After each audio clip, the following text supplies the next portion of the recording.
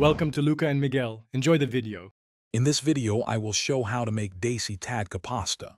First, boil 200 grams of your favorite pasta, like penne or macaroni, until it's perfectly al dente. This usually takes about 8 to 10 minutes. Remember to reserve about 1/4 cup of the starchy pasta water before draining. This liquid will be crucial for achieving a creamy sauce later on. Set your cooked pasta aside and get ready for the next exciting step. Now let's create the heart of our dish, the tadka. Heat 2 tablespoons of oil or ghee in a large pan over medium heat. Once hot, add 1 teaspoon of cumin seeds and let them splutter for a few seconds, releasing their aromatic oils.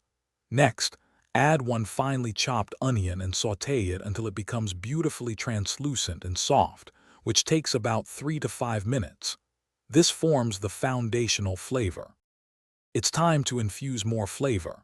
Stir in 1 teaspoon of ginger garlic paste and cook for about 1 minute until fragrant.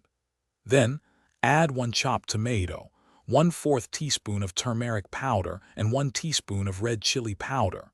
Mix everything well. Continue cooking this mixture for about 5 minutes, or until the tomatoes soften completely and the oil begins to separate from the masala, indicating it's perfectly cooked. Almost done.